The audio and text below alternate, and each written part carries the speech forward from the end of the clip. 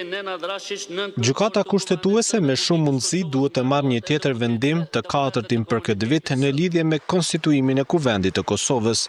Zgjedhja e Nenad Rashić, si nën kryetari i Kuvendit nga radhët të komunitetit serb, ka lënë të pakënaqur listën serbe që pretendon se i takon asaj kjo opozit, pasi ka 9 deputet nga 10 ulëzet e rezervuara.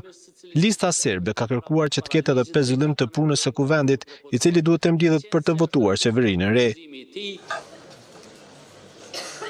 Mirë që lista serbe ka dërguar këtë ankesë, sepse kjo shkon në dobi të stabilitetit institucional të Republikës Kosovës, sepse me këtë një farë sqarohet një herë e mirë çka ne kuptojmë me konstituim të Kuvendit të Kosovës, dhe nëse do të thotë nuk mbetet pezull nëse emërimi i Rashićit ka qenë kushtetuese apo kundër kushtetuese, pasi që ka pas zëra të ndryshëm në publik.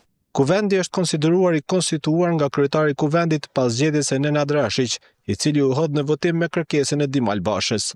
Paraprakisht pati 27 votime të dështuara nga 3 raunde për secilin nga 9 deputetët e listës serbe. Fakti që Rashić nuk pati miratimin e të paktën 6 deputetëve serb vë në pikpyetje emërimin e tij.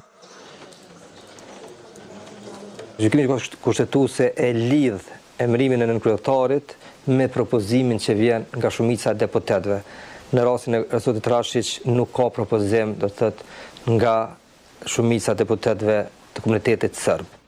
Kushtetuesja pritet të deklarohet rreth kërkesës së fundit të listës serbe, por edhe nëse do të pezullojë sërish punën e Kuvendit, kjo do të shtyte edhe votimin e qeverisë së re, për të cilën duket se asnjë parti nuk i ka 61 vota, por që të drejtën e ka fillimisht Albin Kurti, vetëvendosjes. Pa pikë dyshimi që përfituesi më i madh është Albin Kurti, fatkeqësisht në kurriz në dëm të interesave strategjike të Republikës Kosovës.